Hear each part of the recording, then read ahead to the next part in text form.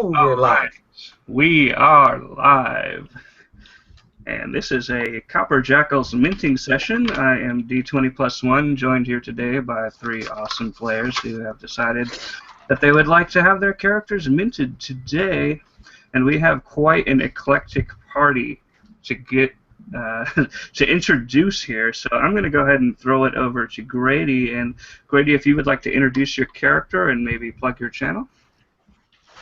Alright, my name is Grady Cook. Today I'll be playing Puppy Dewdrop.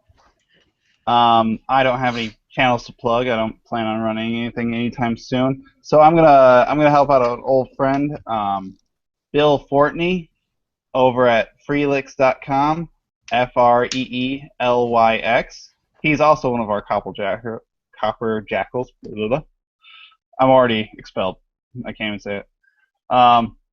Or Freelix at YouTube. Alright, then how about we give it to Justin? That would be me. I am Justin. I will be playing Neftos, a Grenocthane Tiefling Druid. And I don't have anything to plug. I don't plan on running anything. I don't think I ever will. But that's pretty much it. So how about we hand it to Dan? Alright, Dynasty. I do have a channel. If you enjoy people being awful at video games, check me out at Dynasty. I do occasionally ramble about tabletop RPGs, and today I'm playing the half-hobgoblin fighter sorcerer, Resh. And back to our wondrous DM. Oh, flattery will not keep you alive, sir, but thank you anyway. Alright. Well, I guess I'll begin just by kind of describing this notice that is posted on the wall. It simply reads, "A small venturing party is needed to search the gray ruin near the base of the Svir mountain for a missing child. Lorra, daughter of Bori, young, small of build, dark of hair, and blue of eye. Missing for 2 days and 2 nights. Last seen wearing a dark red tunic and bearing yellow ribbons in her hair. All rescuers are advised to be well armed and to search for color amidst the gray ruin. Any party involved in personally recovering the child will be greatly compensated for their troubles. Reward, several small, very rare coins." And I'm going to go ahead and roll a d4. And there we go. I have to re-roll on a 4 because there are only 3 players. And Neftos. We are going to begin like many stories do, in the middle. Neftos,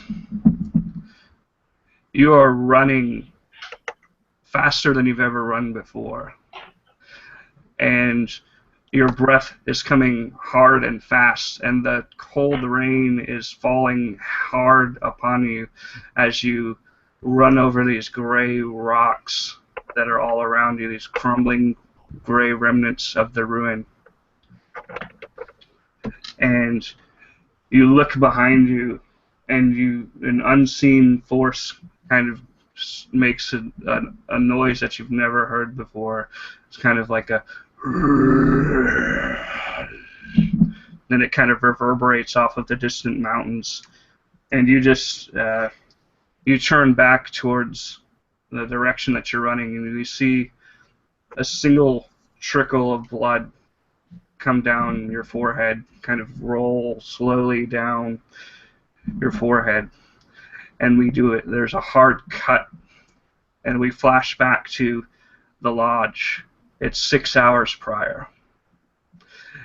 And where are you in this lodge, and what are you doing? Okay, before that, what was the girl's name again? I'm taking notes. The missing girl is Lorra, and I'll put it in the Lorra. chat. Lorra. Okay, thank you. sorry for the interruption on gameplay there, but where am I in the lodge? Yes, it is.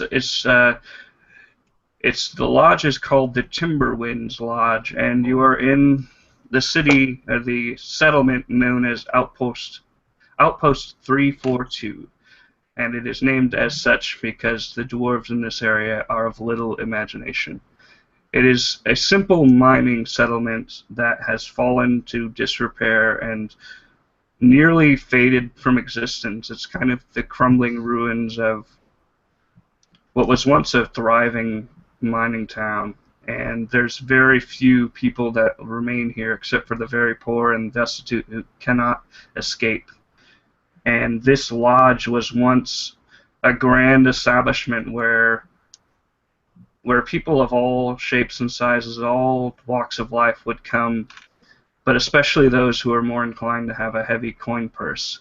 This was once an ornate, almost mansion-like lodge, very, very tall, pitched roof, very spacious, a lot of rooms in this lodge, and now it's beginning to fall into disrepair. The decor is very outdated, the walls are crumbling, the ceiling is starting to sag, there's stains on the walls and from the water starting to come in. There's even vermin scuttering around every once in a while. And the room is the lodge itself is very vacant. But for you and a few other passers-by, it's completely empty. There's one person who runs the lodge, but aside from that, there's little else. So where are you in this lodge, and what are you doing? Alright, Neftos, at this point, he just kind of slammed. There's a slam on the table as the barkeep brings him a pint of whatever they have to drink. Neftos hasn't any standards, but he had kind of drifted off while waiting for the drink because it took a long time to get there. Not sure why it was. He's not going to leave a good review, basically. But he looks around and doesn't see anyone that would be that interested in farming as far as he can tell. And he just, no easy marks here. Maybe should move on. And that's when he sees the help wanted poster looking for Lorra, and he walks over and reads it, looks around. Maybe money could be had here. Perhaps. And then he sits down in the corner and drinks his not very good drink and contemplates this potential job. It is actually tepid coffee. That's okay, yeah. Not exactly the greatest. It tastes like it's been filtered through a couple of times. It's very weak, room temperature coffee, and it's served to you by a frail old dwarf with a food-stained beard. And when he hands it to you, you can hear the plate kind of like clanking and rattling as he's shaking that severely, and he kind of spills a little of the coffee on himself. Old man. And he says, I apologize, sir. There is little here for weary travelers, I fear. It is not a problem. I'm sure I can find something. Then he just kind of bows and starts to totter away, and you can see he's got a very distinct limp as he walks. I'd like to see how large his coin purse is, if he has one. Okay. Let's see, make a perception roll, if you would. And that would be a total of 7. Okay. The dice are not going to be nice to me tonight, are they? Well, you get the bad rolls out of the way first. Yeah, the dice are not going to be nice to me tonight. I just rolled my d20s and didn't get a higher than 10. Judging by the manner of his cloth that he's wearing, the clothing, his uniform that he's donning, it's pretty fair to say that you are probably wealthier than this man. By a long shot. If you have 2 coins to clink together, you are wealthier than this man. And Good to know. we hear a loud clatter in the distance, and kind of like a sound of dishes being dropped. And the scene changes. We see Resh. What's happening? What's going a clatter here? Resh has pretty much just finished eating, and because of how hobgoblin society is, it's tradition to just your plate and stuff off so the goblins can pick it up, and so he does that and falls asleep on the table. Oh, dearie me. We get the most obtuse travelers here these days. Oh, by the gods. At seeing this, this little, like, clownish, cartoonish, very odd-looking gnome, just odd for even a gnome, comes stammering up, and he's got, like, this stick hanging out his back. It's not, like, attached, it's just attached by, like, rope, and it's got his saddle attached to it, his sack.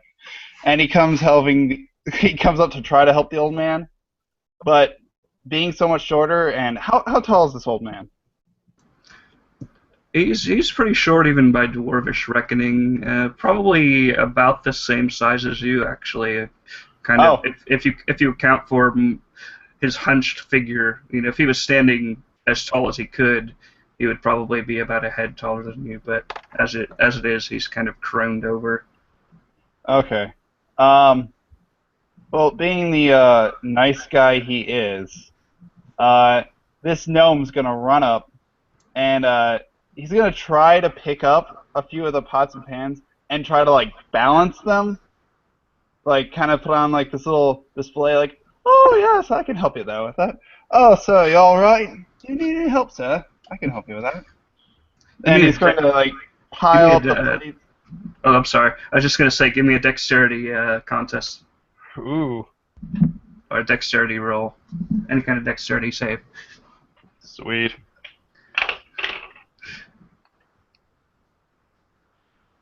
So that's a whopping 2. Well, wait. With my modifier, it's a 6. So, yeah. You're attempting to juggle. You're trying to juggle these and spin them, right? Is that what I'm getting with it?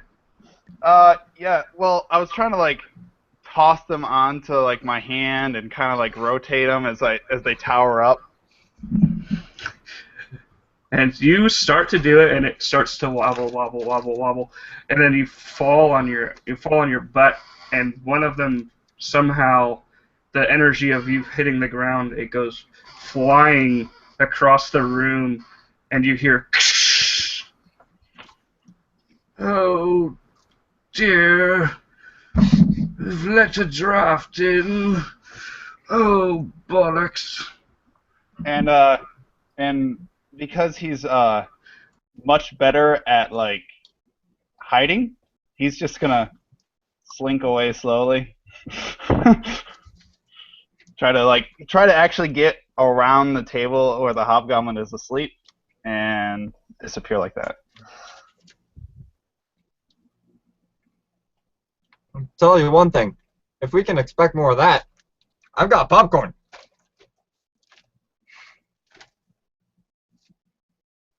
Nice. Oh, I'm just an inspiration. That was great. All right. So, Neftus, you've got the notice in your hands.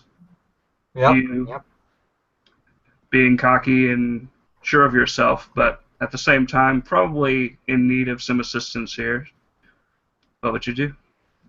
Well, I look around the tavern, and my eyes are drawn to this scene that is occurring with a gnome, a hobgoblin, and a dwarf. Sounds like a very bad joke is about to start.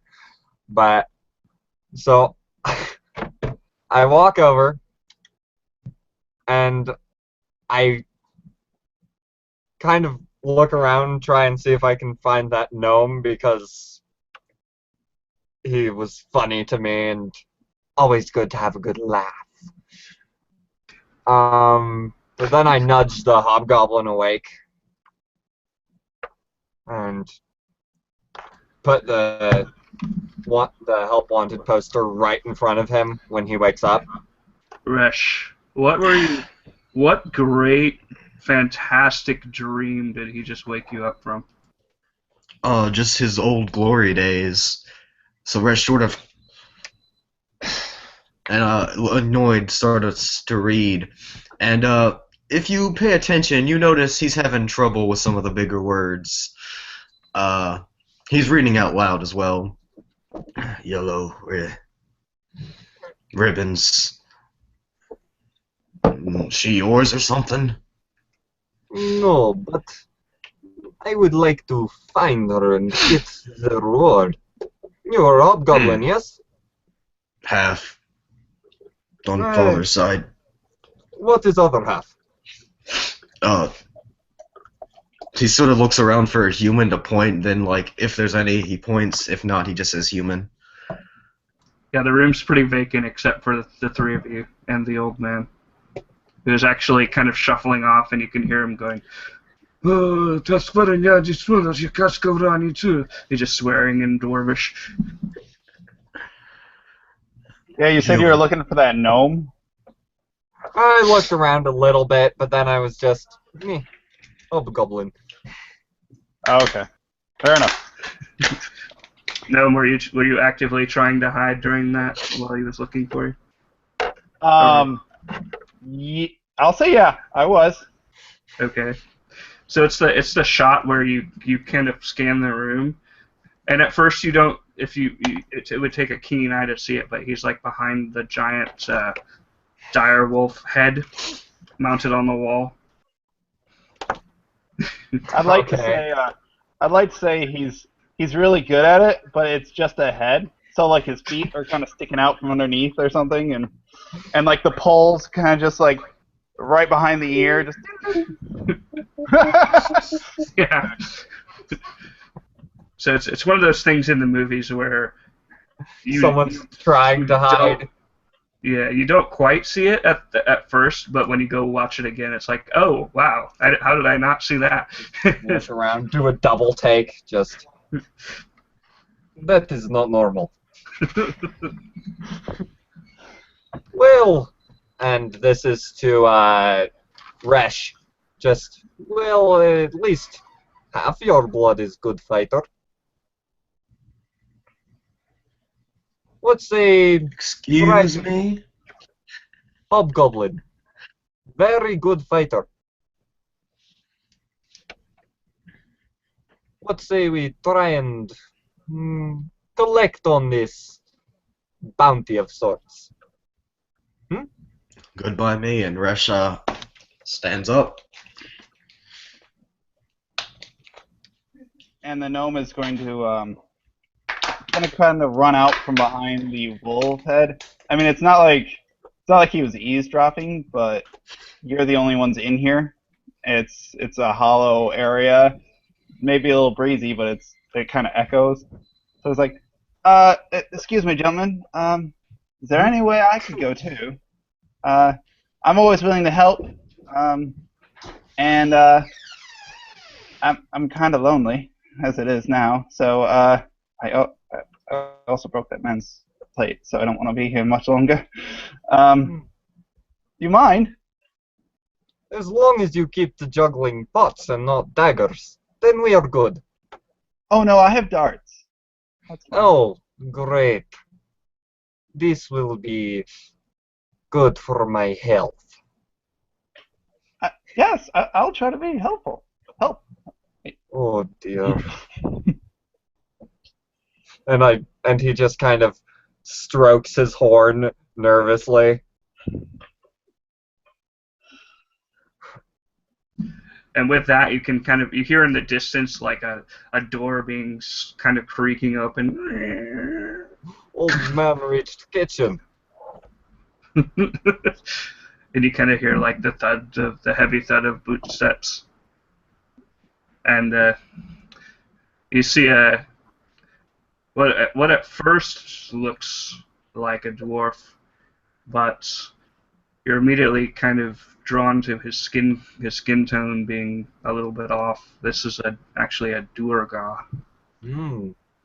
Not very common in these parts, but he definitely looks to be pretty poor, his clothes in tatters, his stains all over it, his tunic and his beard is roughshod and not at all kempt. And he just kind of walks into the room, looks at the empty spot where the notice was. Which one of you has it in your hand? I believe it's on the table in front of Resh. Unless he picked it up. Mm-hmm. And he would kind of almost run towards you and grab the note, and he would say, You there! Are you an adventurer? Is he speaking to Resh? Yeah. And your companions, are they adventurers too? Well, we Rex certainly looks at you are. guys. I certainly am. I'm always looking for a good adventure. And you can see he's almost on the verge of tears. You can't tell if they're tears of joy or tears of sorrow, but he says, You have to help me. My daughter, she's been missing for so long. She went off. She always goes off to the ruins. She pray, but she didn't return. Please, and he kind of grabs you, Resh. Please, you have to help me. It's okay. You're one who put up poster. And he's just kind of takes a few quick breaths. Yes. What is payment for a job? It says coins, but does not specify of what sheen. And he kind of looks to the floor dejectedly, and he says, This is the part where you're going to leave, but I've only got a few coppers. Copper. And he just Is kind of puts there his... anything else you could possibly have? A family heirloom, perhaps? Nice ring, maybe? The gnome's going to... I think he's going to be, like, next to him, but obviously dwarfed by Neftos and just everybody. But he's gonna try to reach up and try to wave it in front of his face, which is going to be, like, chest height. Like, 5 silver pieces. Just is this better? Because I'm definitely going to go, but I will die alone, I assume. So, is there any way this would work? I will not die with you. That is for certain. And this Durgar is looking at that money like you just flashed $100 bills in front of him, and he's just like, he's got this look, surprised look, followed by a look of sadness. Says, it's more coin than I've seen in my lifetime. This town, it's dying a horrible death. And he just starts to, tears start to well up in his eyes. He said, I don't know what I'm gonna do without her. Please, you have to help me. his name is Borvik, according to the list, to the poster? It's Bori. Boriv. And does it say what his, Bori. Does it say what his, profession is? No, he is, from the looks of things, he is one of the many people in this town who is unemployed, who just scrapes by, doing whatever he can. Neftos looks down at the 5 silver being waved in front of him. Nothing better to do, might as well. And I would And add, with your passive perception, Neptos, you would also know from his build, he looks like he was once a blacksmith. He's been out of practice for quite a while, but he's got that almost a bodybuilder build, but it's kind of been, been neglected. He says, if you do this, perhaps we can come to an arrangement. I could make your weapons stronger, or your armor, or... Well, I haven't used the forge in quite a while, but I don't know what else I could do. This is all I can offer. The gnome is going to, with his other hand, since one's still holding all the coins, just going to slip inside his shirt and pull out like a handkerchief. And it's not the best upkept handkerchief, but it was at one time very somewhat elegant. He's going to hold it up to the door guard. And Bori takes it in his hands, and he honks loudly as he, I can't make the noise, but he blows his nose and he dabs his eyes. Thank you. Yep, and the gnome takes it because the gnome is wearing gloves, so he really doesn't mind. It's really not that gross to him. It's just whoop, flip. And Neftos snatched the 5 silver out of your hands, Poppy. Then we have an agreement, right? I will do it. Nothing better to do. Oh, thank you! Thank you so much! If you're going to die, you will die alone. Oh. Okay. Well, if it can be helped, I don't want anyone to die. Please. That is always preferable, but if he does, I'm sure I could find some money on him. And he would hand each of you... Hello, small one. He would hand each of you 2 things that he has. He kind of empties out the contents of an old beaten leather coin purse, or what it would be a coin purse, but no coin falls out of it. He kind of dumps the contents into his hand and hands each of you 2 things. You can see the first thing is a vial with some kind of a liquid in it, and the second thing is a small crystal shard, and each one is kind of a different color, and it's very vibrantly colored. He points to the vial and he says, drink this if you feel like you need to drink this if you feel like you are on death's doorstep. And he hands the crystal to you and he says, if you find her, no, when you find her, crush the crystal. It will send a flare. I will be looking for it. And he just kind of, he hands each of these things to you. And he kind of gives a small bow, a gracious bow. He says, I wish you the best of luck. Please hurry.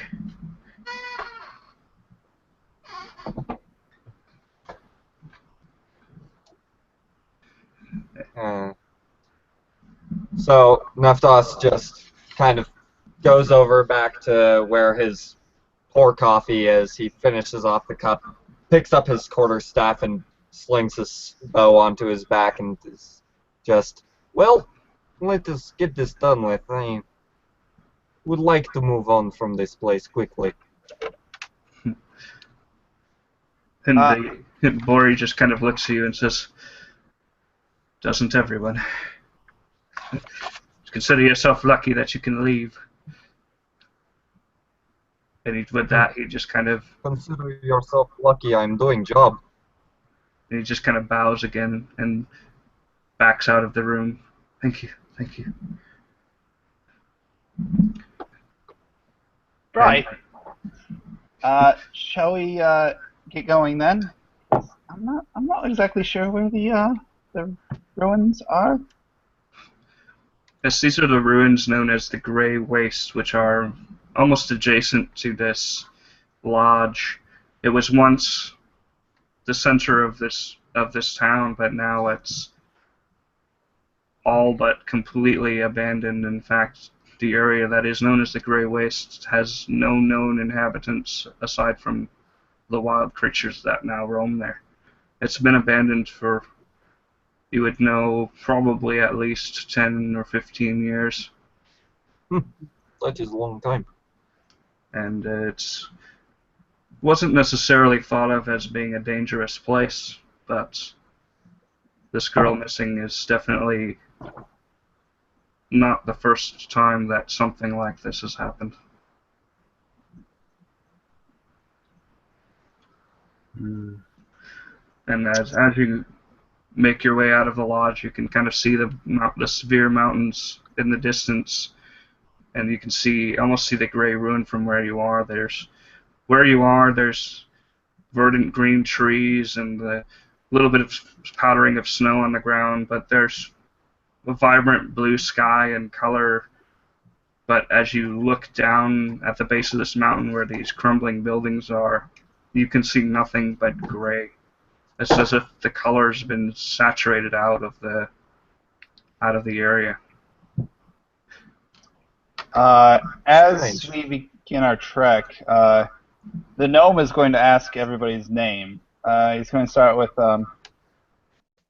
gentlemen, my name is Poppy Dewdrop, and it's a pleasure to be walking around with you, gentlemen. What are your names? Gresh. Crash, sir. All right. Did I say that right? Resh. Ash. Right. Right. Thank you.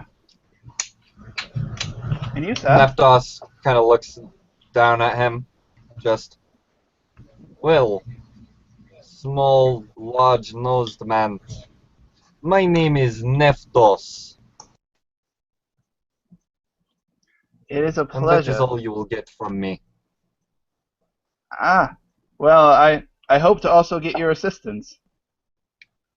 Well, maybe more coin could earn you more information. Yes. We will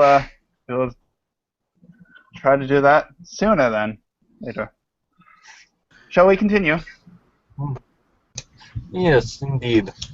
Continue, less conversation. Ah. And with that, you all start to kind of hike down this long, winding road down into the shadow of the mountains. It's probably takes about half a day to get down to where you are. It looks closer than it is, especially the mountains looming in the horizon. They seemed a lot closer when you first started walking. You're almost surprised at how long of a walk it is, but by the time you get to essentially the foot of the town, you would see a wooden sign off of one of its hinges, and you see painted in Dwarven that's been faded. The red paint has been faded to almost a light pink. If anyone here speaks Dwarven? Right. So You it's entertain.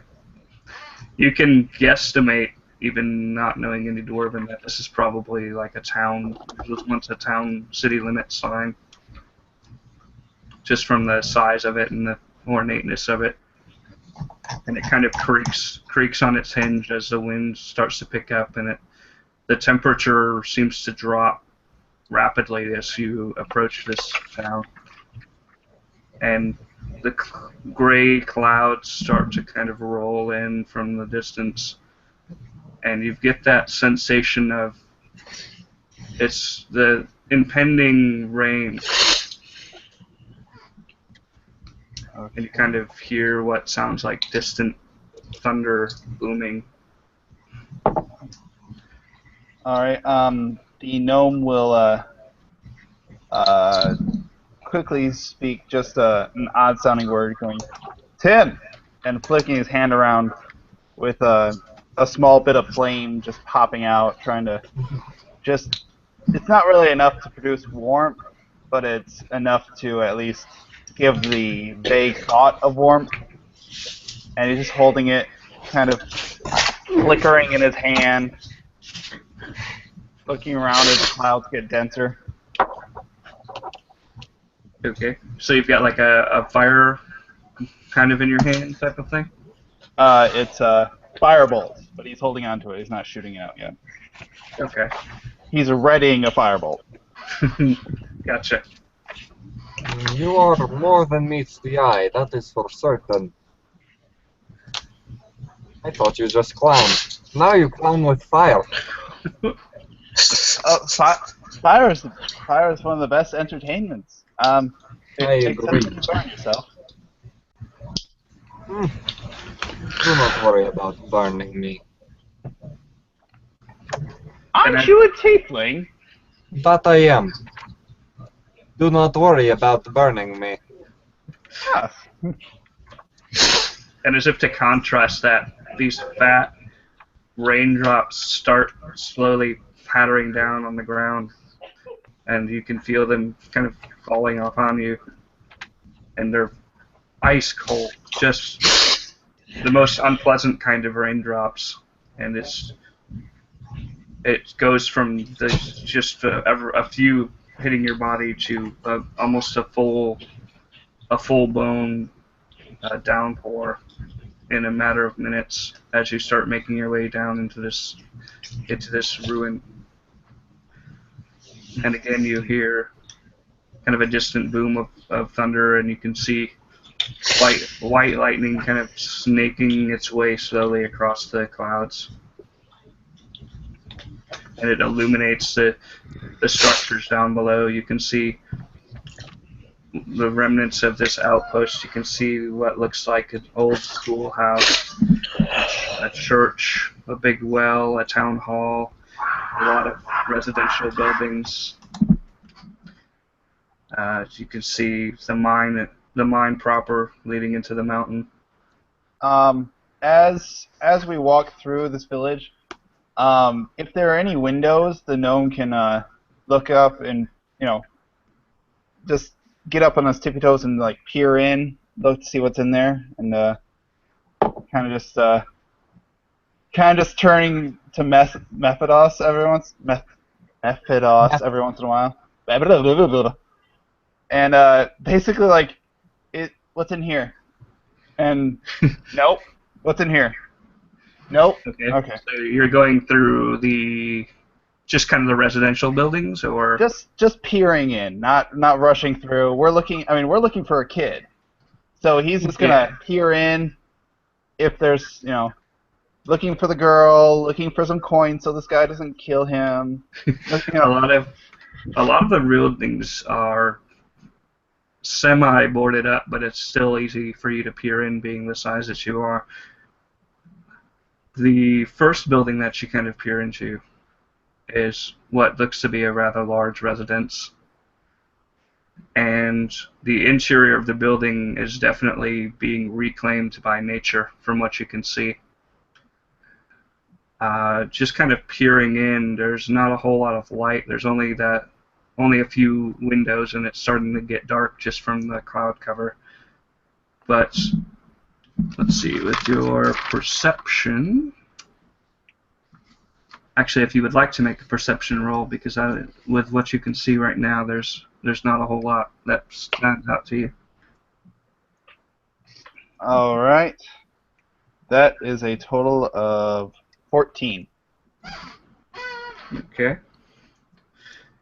There is a carpet of moss growing in this building, and it sort of looks like it's moldering and turning these shades of violet that don't look outright natural and kind of stark contrast. The rest of the room is kind of covered in a white, ashy dust. But you do not see any signs of footprints of any kinds in the building from with that roll. Shucks. This room has long since seen any human life or dwarven life. All right. So there's a couple of major areas that make up Outpost 342. There's the residential area, which you are now. There's a well in the center of town where there's also somewhat of a city hall building. There's also a school and a rather large tower that was once like something of a watchtower that is kind of skewed to one side and crumbling into a ruin. Where would you guys like to go? Resh would start making his way to the school. Not something I expect from one of your kind. And the school is not too far from where you are, and you can kind of peer into the rooms of other buildings as you pass. You see these buildings actually seem like they've been rather quickly abandoned because there's furnishings in there. There's still clothes and toys and things that have been sort of deteriorating over time. And it kind of puts you slightly on edge seeing all these things in these rooms. And you make your way into what is a school and also was at one point something of a temple. And it's kind of a traditional wooden schoolhouse, but the roof seems to have been caved in. It's getting progressively darker, correct? Or is it like... It's kind of staying at the same level of stormy midday darkness. Okay. To explore better, our little gnome friend's going to just kind of not whisper, but like low tone, Krag Trig. And four little glowing kind of white-yellow lights are going to appear on his fingers, and they're going to float forward. And I'm assuming the halls are kind of like corridors. They're like boxy and Yeah.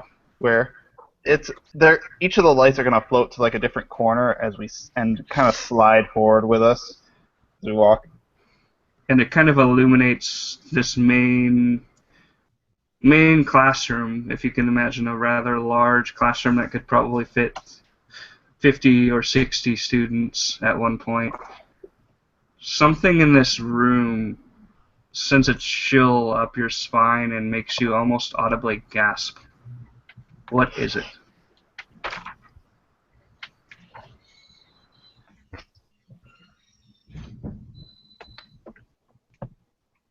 Oh, sorry, Poppy.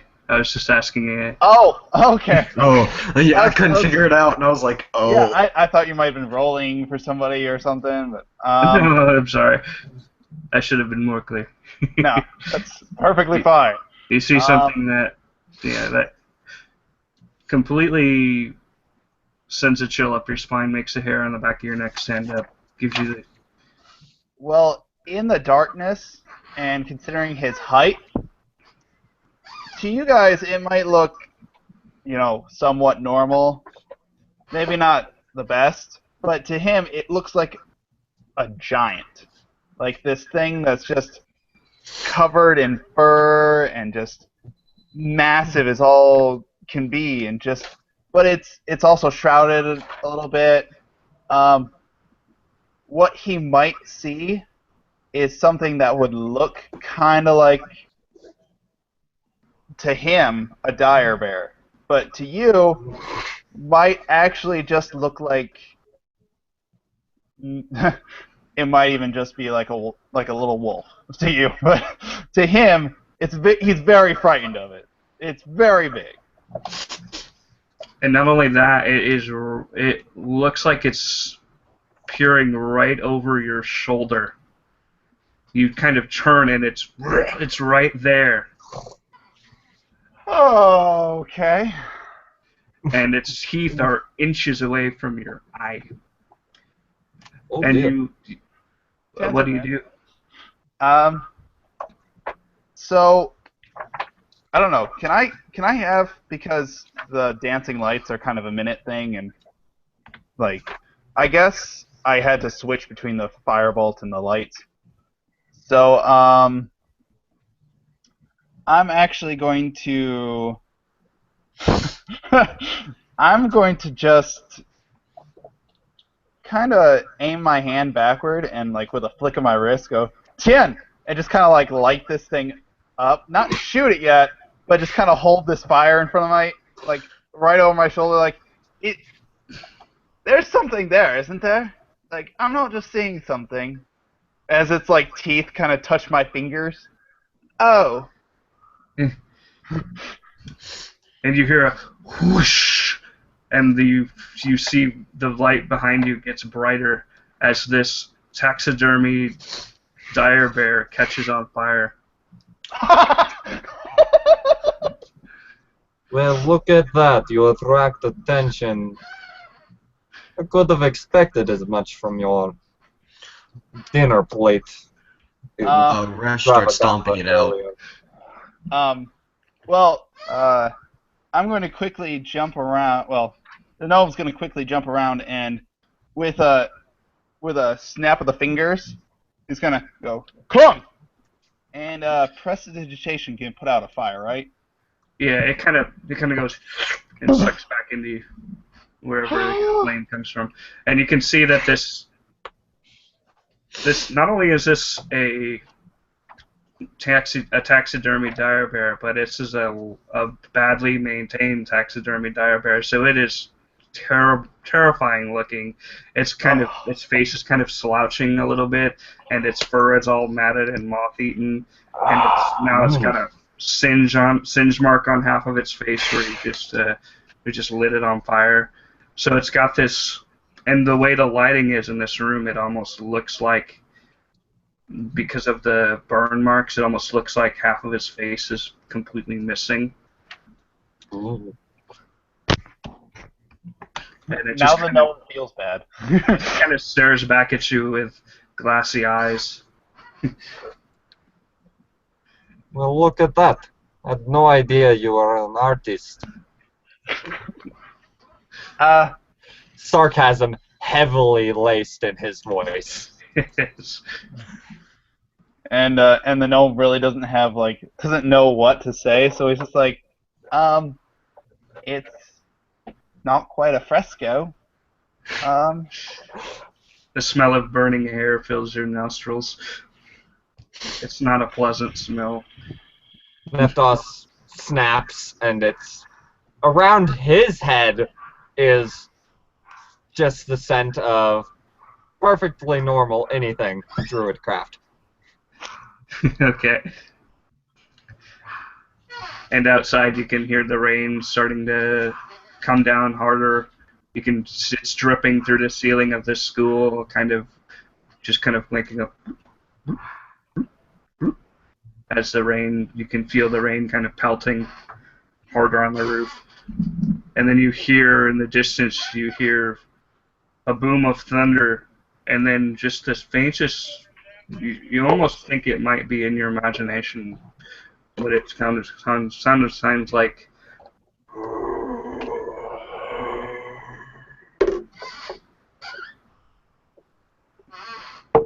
and just for that moment, and then you're greeted again by the sound of the rain pattering on the roof.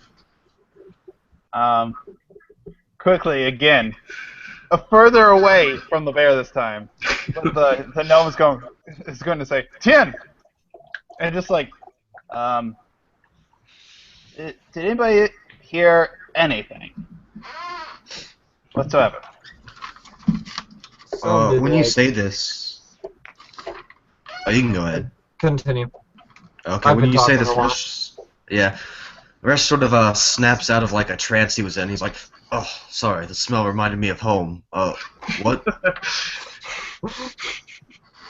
Yeah, Resh, and actually Nephthys, you would definitely have heard it, probably a little bit better than Poppy. But Resh, you don't know what he's talking about. It sounded like maybe you were too hungry or something. Well, that's true. Have you not had anything to eat? My people, very good cooks. If you I would have be not eaten interested in in a something while. I would make. Nephthys, I need a dex saving throw. Oh, what? Oh. Dexterity saving throw. Uh-oh. This is gonna be bad. Nat 20. Really? Nice. What a man! I told you, you used the worst rolls of the morning. You hear the support beam of the roof start to crack, and just in a split second, it looks. For a brief moment, the two of you see Nephthys being crushed underneath this, or so you think. The next moment, he's standing right there beside where he was just standing.